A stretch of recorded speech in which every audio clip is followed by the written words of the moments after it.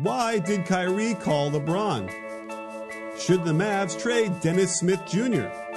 Are there too many three-point shots in the NBA? The only question left is, say it with me, you win?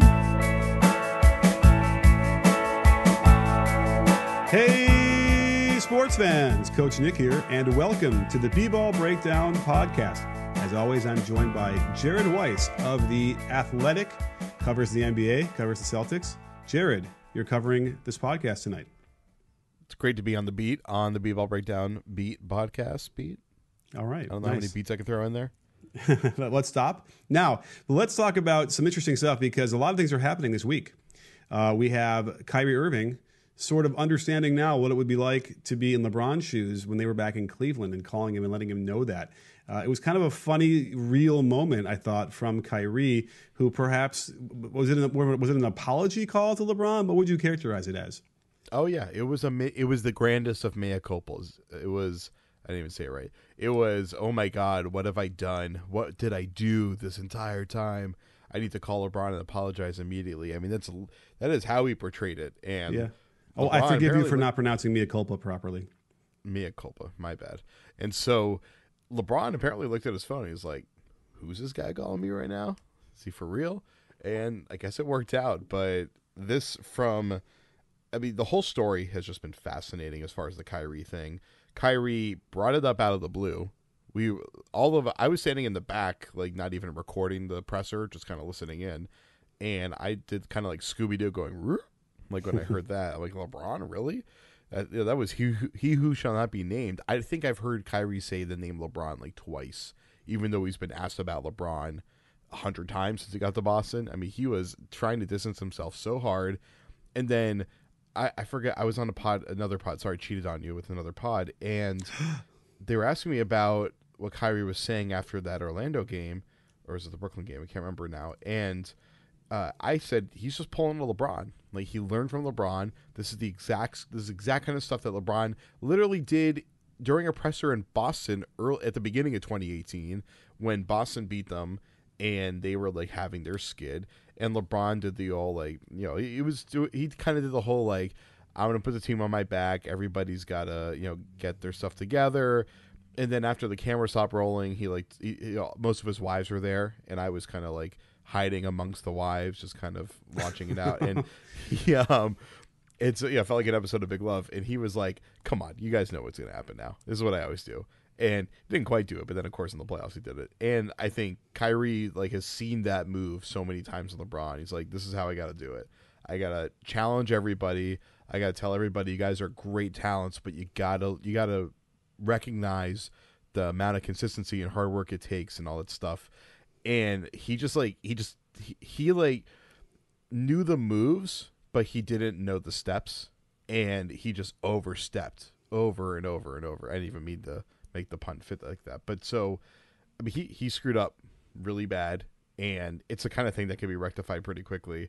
And I think he rectified it, and there's a lot of people that are doing the whole like, this is just Kyrie trying to call attention to himself, which is just is not how it works in reality when you're actually there at these press conferences most of the time. But he also did volunteer the LeBron thing completely unprompted, so maybe we should try to break that down. But sure. I'm wondering what was that like from your perspective, being on the other side of the country, where I assume it was you were with Kevin Love and LeBron having dinner, and you spit out your vino when you saw that it was Kyrie on the other line. Yeah, I was sitting with their wives in the table next to them when they were eating. And yeah, it was interesting. It was weird. It kind of reminds me of in some weird way, and total off topic, but like, the way I taught shooting for a long time, and when I realized that it was all wrong, I literally called a couple of my old players and like apologized to them, saying, "Can you forgive me? You were actually really doing it right, and I tortured you trying to like do some BS version of what we thought was, how everyone taught shooting for decades and decades." So I think it's a nice little moment, a real moment amongst NBA players you don't get a chance to see all the time. Now, am I to infer from what you said that what Kyrie said about his teammates and how they have to grow up or learn how to play hard, whatever that all those cliches are, was that a problem in the locker room? Did people respond that negatively to it? I don't really think so. I talked to a couple different former and current players over like the last week about this, or however many days it's been. Feels like it's been 3 weeks in Kyrie world, but so that's just because of the shape of the earth. Time's different there. But everybody, there was a unanimous agreement that the stuff that is happening in the media doesn't really matter on the court unless some of the players are making it matter.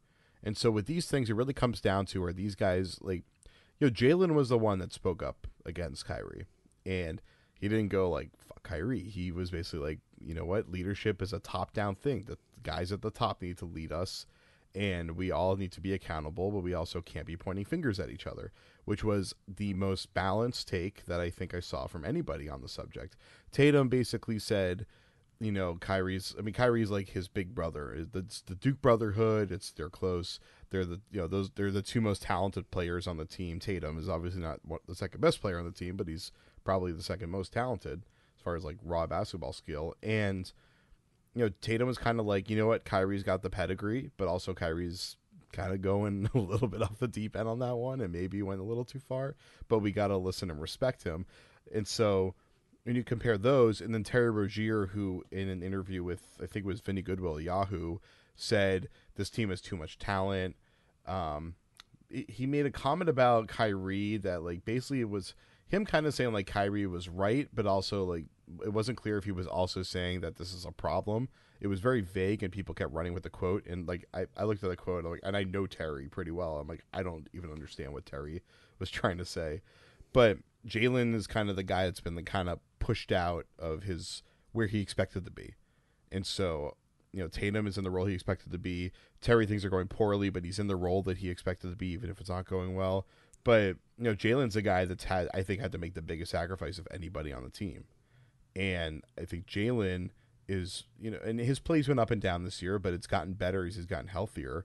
And he's made some mistakes on defense, but I don't think he's intentionally not trying. I think he's just making mistakes out there. And Jalen, I think, looked at those comments and he was like, what the hell? I'm the person that's had to make the real sacrifices here. I'm willing to, I'm not getting at my starting spot where I can kind of have the trust that I can work myself back into play like the way everybody else has. So I can see why Jalen responded that way. And I think that's where you start to actually have issues that can show up on the court. For sure. Well, the thing with Kyrie trying to assume the mantle of leader is that there's an old adage: you can wear a cowboy hat, but that doesn't make you a cowboy. And I don't know if saying the right things like that as the leader should simply makes him the leader yet. And I don't know if he's ever going to be that guy or not. Certainly, I don't know if he's that guy who can somehow do that in the media publicly versus the kind of, I don't know Kyrie at all personally, but it just seems like, he could probably get a lot more mileage doing it, privately, one-on-one, individually, and talking to people and leading that way. So we'll see how it works. But certainly there's some issues with the Celtics they need to straighten out. And it kind of reminds me a little bit of the leadership issues that we're sort of struggling with over on Dallas, because we now have reports that Dallas is trying to shop Dennis Smith Jr., and that's becoming an issue perhaps with Dennis Smith Jr. and Carlisle, the head coach. So I think there's an interesting dilemma here, because clearly when you have a guy like Luka Doncic, who is simply magnificent in his role as a rookie, I feel like there's probably some pressure here from the Dennis Smith Jr. camp to either take back some of his shine that he had the year before, or cut bait and get the heck out of there. Well, what's interesting is, so we had that Tim McMahon report come out on Thursday, and I think it was from that report, one of the things that really caught my eye was what seemed to be saying that it was that the noise that DSJ wants to be traded is not coming from him, but from his agent. And one, that's a extremely loaded accusation. It's basically saying that the agent is operating independently of the player and not representing the player specifically, if I'm understanding it correctly, which is what it seemed to be. And also, one thing that's interesting with DSJ is that his agency is a football agency. It's Paramount. I don't really know too much about them, but their other NBA clients are Jay Crowder, and then a bunch of like kind of smaller players are playing overseas, stuff like that. But DSJ is kind of like their first marquee player. Not to mention Jay Crowder, who did get a 5-year deal. He got what was considered to be underpaid by most people that were around the team and around the league when he signed that deal. So maybe they're trying not to make the same mistake. But on the football side, they have a bunch of players that have held out, and They even like advertised on their website that one of the, I think it was like Marcus McNeil's a lineman for the Chargers, that they were advertising or promoting that he held out and got more money. And so I thought that was a really, I'm making a very clear implication of what I think is going on here or there. And so it's unique because DSJ, if his agency really feels that he needs to be moved at this point, would be kind of, or at least I can't think of any precedent for that in very recent memory where someone like right away in their career wanted to shift seemingly just because there was another player who seemed to be the franchise guy.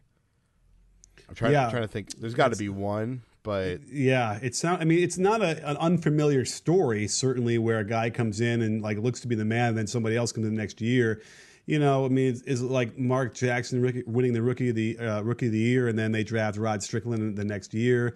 That's not a great comparison, but like there's got to be another one. But yeah, I mean, it's an interesting dynamic because what's weird is that Dennis Smith Jr. has been playing better. He's been shooting better than he did last year, and a lot of it probably has to do with Doncic out there and having to run the show. But there's also this sort of pushback between usage rate, where you look at the fact that Dennis Smith Jr. has to sort of really sit back in the background and play in the corner and wait for the ball to come to him and not be on the ball as much.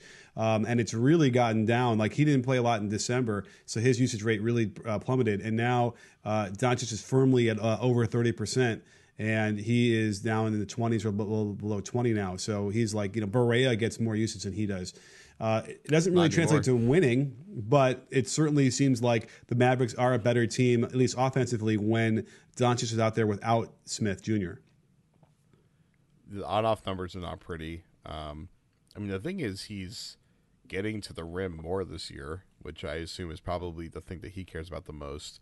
And last year, the percentage of his shots that were assisted were way lower. And I mean, that just makes it so much easier for you. And I think the question with him is just, what does he want his career to be? Does he want to be an efficient scorer, or does he want to be a volume scorer? And I mean, frankly, being a volume scorer wouldn't be that bad for this team. Rick Carlisle has always had 2 point guard systems. This would be the first time that he had two like actually elite point guards, or at least first time in a long time. And I mean, they complement each other well. DSJ kind of does all the stuff that Luka doesn't, and Luka does all the stuff that DSJ doesn't really do. I feel like it's a match made in heaven.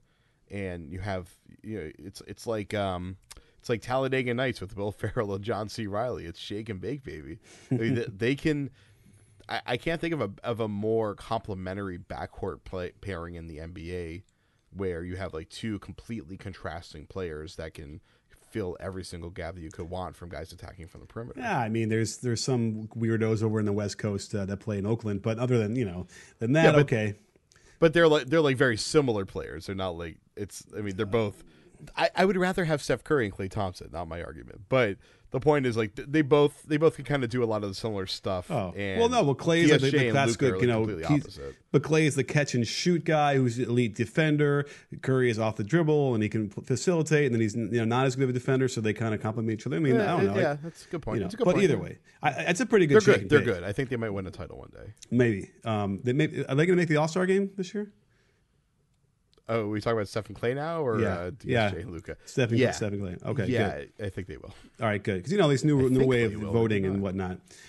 So anyway, but I think it would be a colossal failure on the Mavericks' part if they can't make this work. Although sometimes you look at it and it's like maybe it's better to cut bait before you're into it too deep, and it's just not going to work. And right now it's not working. And again, there's an issue with Carlisle, and who tends to be a bit of a control freak, and maybe not as. I don't know. I don't want to say he's not innovative, because I've seen him, his offense has morphed and has stayed up in the times and tried to be as clever as possible. So if he can't figure it out, then I suppose maybe nobody could. And that's a shame, because, yes, I believe that there is a version of the Matrix where they do build a really good team around these two guys. But, if Dennis Smith can't handle being off ball as much and sort of and by the way, let's just face it, there's a lot of components here to why Doncic would be a bigger star, right? And there's a lot of the things that he can't control. based on what he looks like. And that's a big problem for, it could be a big problem. It could not be a big problem. And we'll have to wait and see how that plays out. But why doesn't Dennis Smith Jr. have more value around the league? Yeah, I mean, well, the thing is, I think DSJ is super marketable. He's a good-looking guy. He's a super explosive dunker. I mean, he's got everything you could possibly want from a marketing perspective, except for an outside shot and being good at basketball. But I don't think his value is bad. I mean, if you look at the trade ideas that were floated for him, that I think had some merit to them, it was basically the other guys in the top 10 of that draft, the guys that went ahead of him in that draft, which I think would be short-sighted as well. If Orlando's willing to cough up Jonathan Isaac for him, do that trade in a heartbeat. That'd be great. You get rid of a troubled asset who maybe he's a better prospect still than Jonathan Isaac, but you're acquiring a super useful player that could fit your system well. So same thing with the idea of Josh Jackson and TJ Warren, which doesn't make financial sense, but I kept saying that one. I mean, still, if I can get Josh Jackson, I mean, people are down on Josh Jackson, but hell, I'd be happy to try to make it work with him.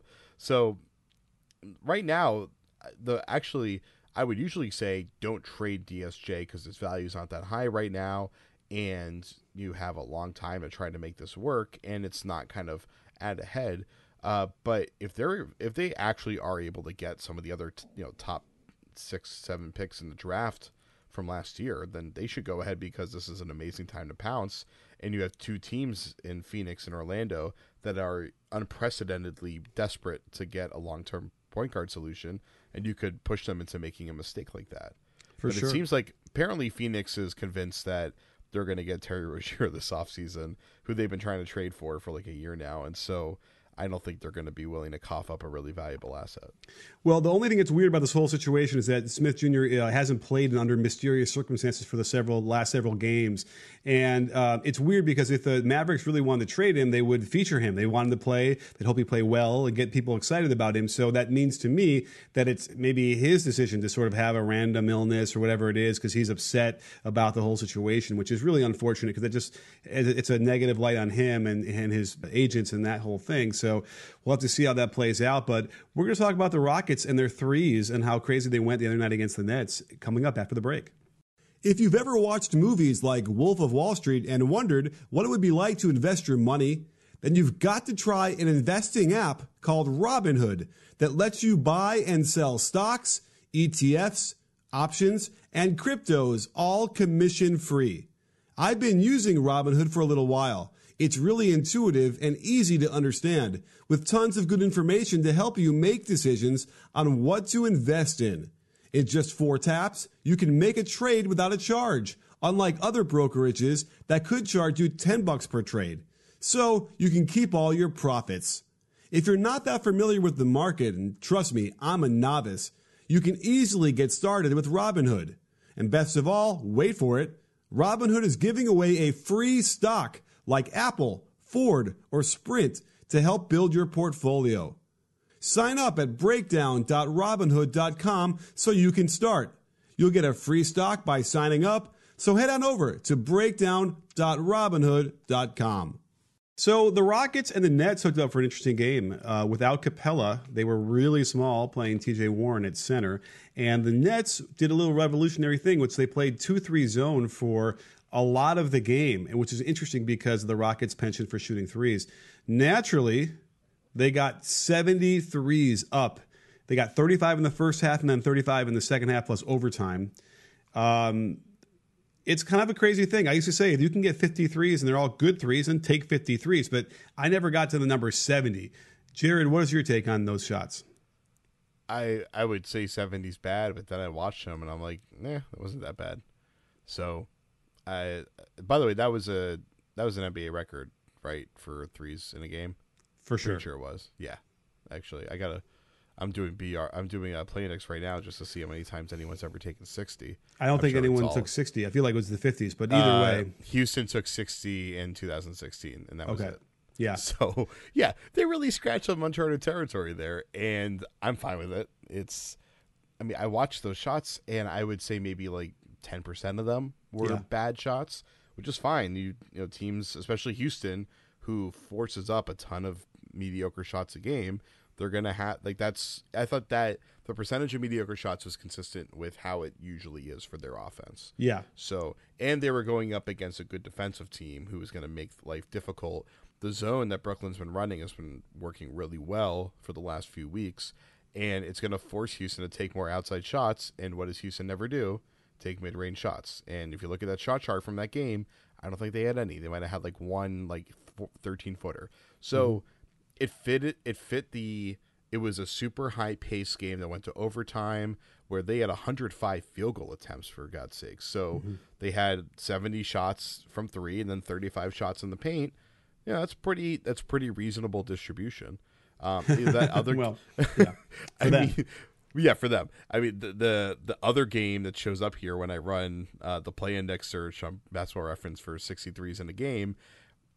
They took 33 2-pointers in that game and then 61 threes. So it's following pretty much the same ratio there. Sure. So, I mean, this is just their offense it's annoying. Like, I don't like it, but it is ruthlessly efficient, and they scored 145 points in that game. So, I mean, and by the way, they had the game. They lost the game on Spencer Dinwiddie, friend of the breakdown. Spencer's incredible Reggie Miller-esque finish in the last minute because they had an 11-point lead with like 2 minutes to go. So it should have worked. It shouldn't have been a problem. No one would have thought differently. And then the loss in overtime, it was just an improbable thing that probably won't happen again. So that's also part of it. And it's interesting. I'm going to probably do a video on this. I did a video today where I in a fun way did a Civil War letter to Greg Popovich because what we're seeing with the Spurs is that they're taking the least amount of threes in terms of frequency, but they're also number one in percentage, and they're a top 10 offense. And we have two other teams in the Pelicans and then the Clippers who are also taking a very low frequency of threes, a good percentage, and they are in the top 10 in an offensive rating. So teams can do it when they're more judicious with their three attempts. But another video I want to do is to look at the zone because there's a lot more zone, and I just did a video on The Athletic that focus on the zone, how it's coming up a lot more. But it's an interesting look just at that one game of the 73s, how to generate threes and how to attack the zone properly. Because while some of them weren't great shots, there's probably 10 maybe, 10 of the 70 weren't great shots.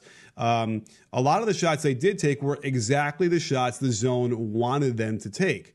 A guy, maybe one pass, not a lot of movement, and a hand up, and they got, a bit of a contest. That's all you want to do, and hopefully they miss. And they got a lot of misses out that way as well. So it's an interesting battle as we see because it's the one team you think you wouldn't play zone against is the Rockets. But you'd have to argue that as far as the three-point shooting goes for that game, the Nets were successful with what they wanted to do and ultimately did give them the win somehow. So I think that's an interesting dilemma we need to look at, or not dilemma, but certainly interesting take to look at as we move forward because you have to think that like Steve Kerr is watching that and looking at some different zone stuff and wondering, having to go up against the Rockets if they want to try it. Well, what was funny about the zone was that they were trying to basically attack Harden with a double at the top of the key. So there were a ton of possessions where Harden, and I think maybe they did it a bit with Gordon, where they would trap him as soon as he got to the top of the key, force him to kick out, and then Gerald Green would pop a quick three. Mm-hmm. And how many points did James Harden have in that game? Yeah. 60. What did he have? 60. He had 58, right? 58. Yes. Yeah. Way less than 60. Right. Oh, but so. Yeah. By the way, that gimmick also by the end. So they did the 2-3 zone for most of the game, but then they just started literally running a guy at him when he was way out by the Toyota Center logo, which is never a great idea. But it got him out of his hands, and they're like, please, anybody else beat us. Austin Rivers couldn't. He had a couple in and outs that would have iced the game completely, and they couldn't knock him down with that two-handed shot he shoots. That's another video. But nonetheless, so it's a really interesting blueprint. Like if you want to try and guard Harden, again, do we let him go off and shut everybody else down, or do you mix it up, or you try and every once in a while take it out of his hands? And I don't know. It's a real conundrum, but I guess it's all kind of take it out of his goddamn hands. Yeah. All right. Well, now you do it because no CP3, no Capella. They had Eric Gordon, but certainly in that configuration you want to do it. But it's kind of moot because they're going to be healthy, I imagine, for the playoffs, and that's when you got to deal with how you want to guard these guys. And I don't know if zone will work when you have CP3 out there. It's true, but you know what? If I can get PJ Tucker, or TJ Warren, as you called him at the beginning of the segment, to that was my fault because I said TJ before. But if I can get PJ and Gordon and Austin Rivers and Gerald Green and James Nunnally, who had a huge clutch three, was it two? Two clutch threes. So yeah, he was. I can't believe what I mean. Daryl Morey might get GM of the year, even though it hasn't gone well for him, just because of how they've been able to scrape this thing together.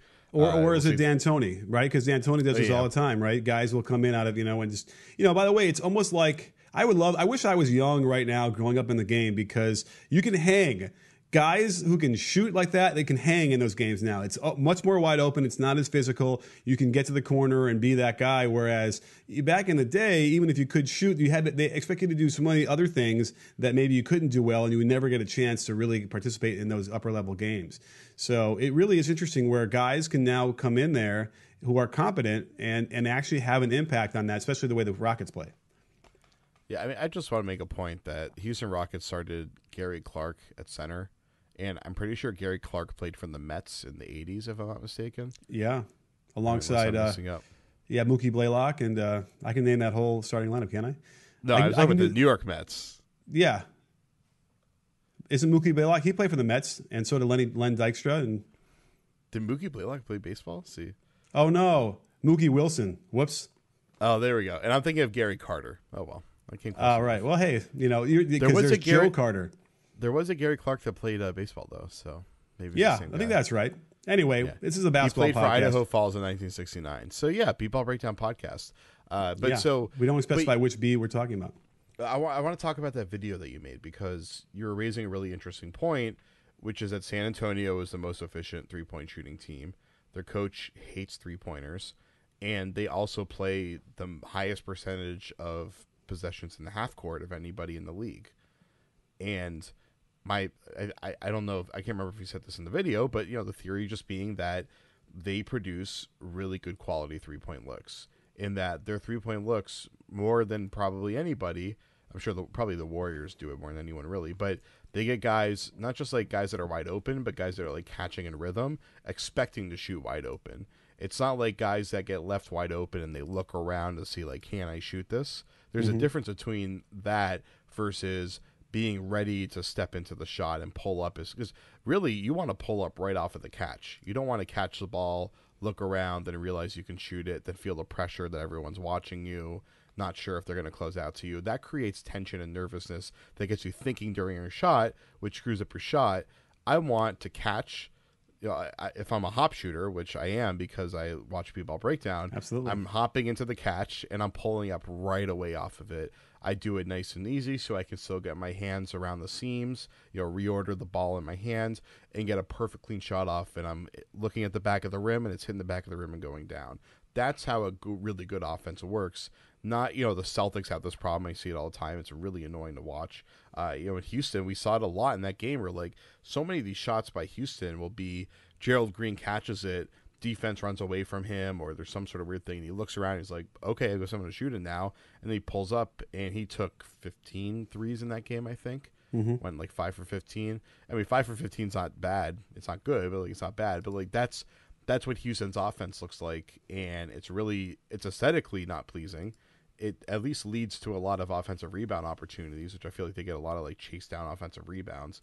But I feel like taking away the creativity of an offense kind of takes away. It makes you more predictable, and I think it allows the defense to try to game plan for you over time. And Brooklyn had an interesting game plan that they tried, which I thought was nice. We know what Houston's going to do. They're going to keep churning pick and roll until Harden gets a big, or Gordon or CP3 when he gets a big, and they're going to try to attack it. And it works most of the time. But if you have the right personnel and it's in the playoffs and you know what to do, you can game plan against it, I think, fairly easily. And I wish that they had maybe they have some sort of ace in the hole. Last year, they didn't really, but they were so unbelievably good that they almost pulled it off, and they didn't have the worst. I feel like I say this once a week. If they have the worst shooting performance pretty much in NBA history, they would have won that Game 7 and probably would have won the title, and the conversation doesn't matter anymore. Yeah. But watching that last night, I wasn't concerned about the threes. I was concerned about just the just like the lack of variance. And that's what I love about San Antonio. That's why I could watch San Antonio run a G League roster out there and still think it's great basketball. Coach Popovich works in a pretty stressful environment, as do all NBA coaches. And if you saw pictures of him in his early 30s, you'd have seen a nice full head of hair. Unfortunately, most of that hair is gone, as is the case for 66% of men by age 35. But that doesn't have to happen to you. If you still have the hair up there, then you should do everything you can to keep it. And that's where Hims comes in, a one-stop shop for hair loss, skincare, and sexual wellness for men. They have medical-grade solutions to treat hair loss and make it so easy you don't even have to sit in a waiting room. Just answer a few quick questions online, and they deliver their products right to your door. If you click on forhims.com/Coach Nick right now, you'll receive a trial month of Hims for just $5 while supplies last. This would cost hundreds of dollars if you went to the doctor or a pharmacy. That's forhims.com/Coach Nick and see website for full details. Interestingly enough, the Spurs don't really rank that high as far as passes per game. They're like way down there. So they're not necessarily moving the ball more than anybody else, but they are getting good threes that are kicked out from driving kicks and from flare screens. And what I think that the Rockets are trying to do is overcome all of that by volume. And so simply by shooting enough threes, eventually they're going to catch up. But what they're ignoring, and I think at some point the math guys are going to need to start factoring this in, is success rate. I think that at some point there's a diminishing return there when you're still only converting the 33% or 30% of those threes. Even though you're going to make 18 in the game, that's good. And maybe the other team only makes 11, and then you probably will win. But I think there's got to be a breaking point there where the success rate of possessions has to matter more than what they're valuing it now. I know they do it with Russell Westbrook as well, where he's actually doing better this year at the rim.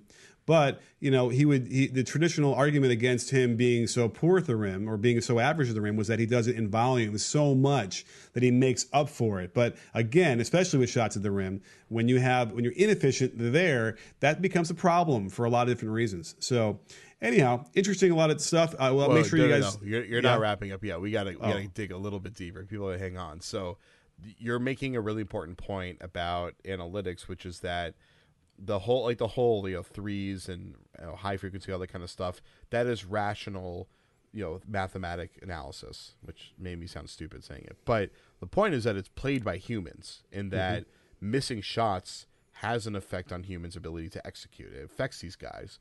And so you're touching on this really important point that I don't think Houston has had this issue with. And frankly, James Harden can miss 50 shots and he's still going to take that 51st shot the same way. And that's what makes him so special.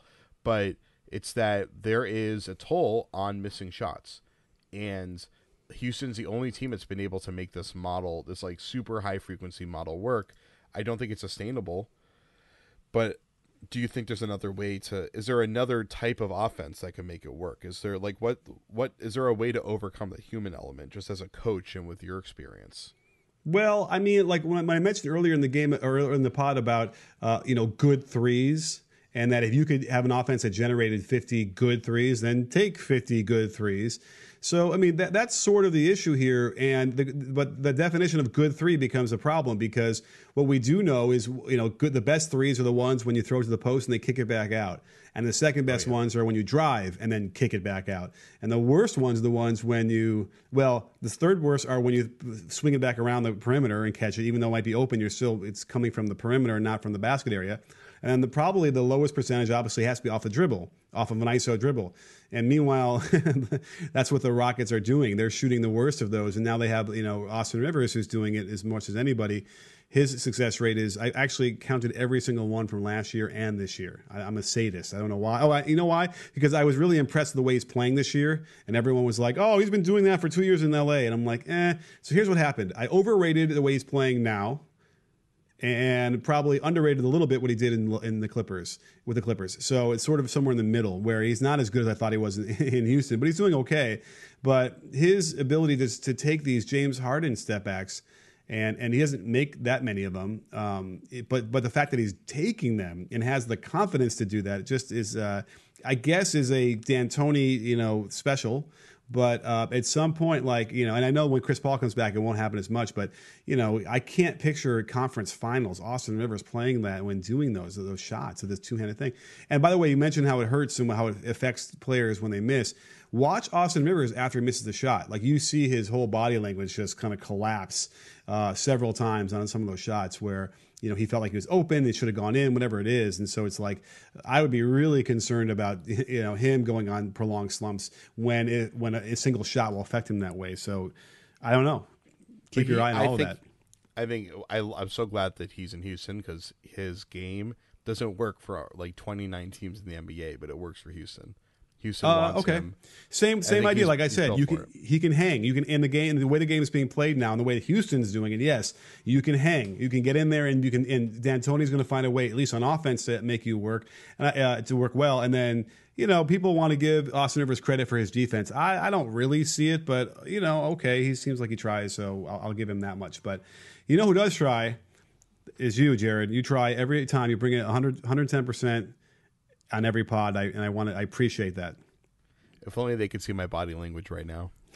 Yes, it's really positive, really good. As always, you don't have to work on it like some players do. So thank you so much for coming on, and everyone else, thank you for joining us on this terrific podcast. And we will be back again next week. Right, Jared? I'll be back. All right. Well, don't forget, sports fans, at B-Ball Breakdown, we're not a channel. We're a conversation. You in? Are you in, Jared? I've completely run out of responses to this question. No.